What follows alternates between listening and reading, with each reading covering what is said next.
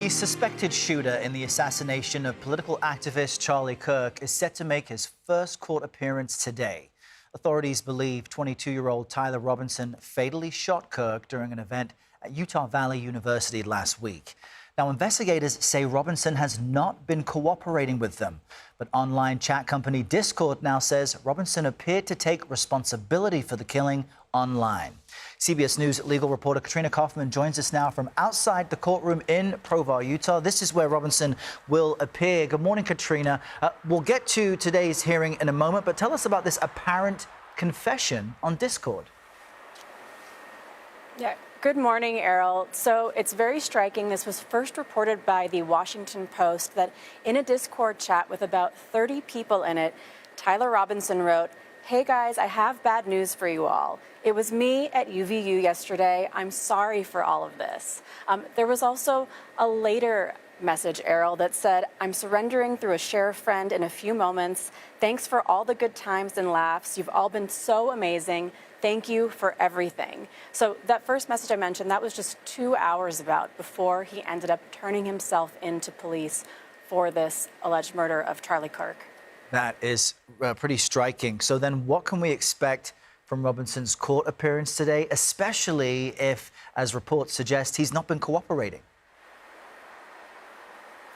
Errol, so this is a first court appearance. In fact, he's supposed to appear virtually. The judge will be in the courtroom here at the courthouse, but he's coming in via WebEx, we've been told. This is an opportunity for him to first hear the charges against him. And we're still waiting for those final charges, Errol, but if they're aligned with what he was booked on, they will likely be aggravated murder, obstruction of justice, and then felony discharge of a firearm causing serious bodily harm. The judge will make sure that he understands the charges against him, that he understands his rights here, that he knows he has the right to an attorney. If he's not able to get a private one, they can give him a public defender. And then significantly, this could be an opportunity where he can plead guilty or not guilty, Errol. And as well, they may determine any bail or terms of release for him. CBS News 24/7 will have more on this throughout the day. Katrina, will stay close to you for your reporting as well. Thank you very much. Vice President J.D. Vance hosted the Charlie Kirk show from his official office just days after the conservative activist's assassination. And during that podcast, Vance blamed, quote, left-wing extremism for the attack, despite investigators having not yet confirmed a motive for the killing.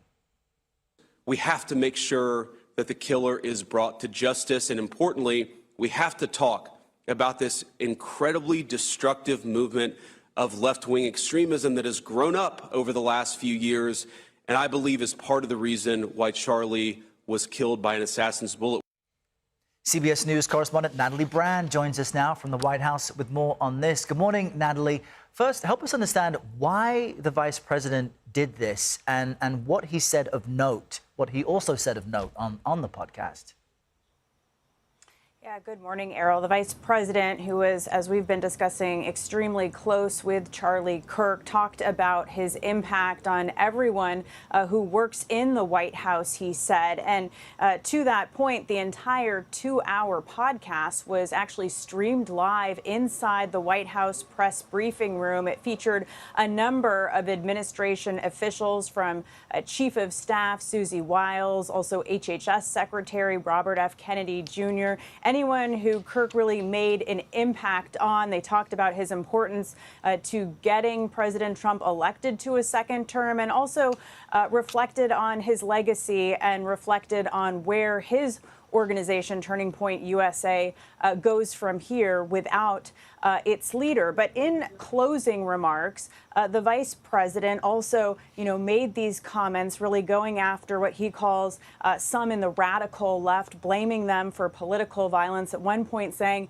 it's not a both sides problem, but if it is, it's much bigger on one side. Although it is important, Errol, to note that other Republicans over on Capitol Hill have acknowledged recent incidents that have targeted Democratic leaders as well, including the assassination of Minnesota's State House Democratic leader. But Vance really saying that the administration will work to dismantle institutions, he says, that promote violence and terrorism. And he urged society to do the same in condemning political violence. And we'll have more on that later this hour. Natalie, there's one other major headline we're following. Many of our viewers may be hearing about it for the first time as they wake up, and that is that President Trump says the U.S. has struck a second alleged drug boat from Venezuela. We know there are multiple deaths during the first time this was done a short time ago. What can you tell us about this second strike?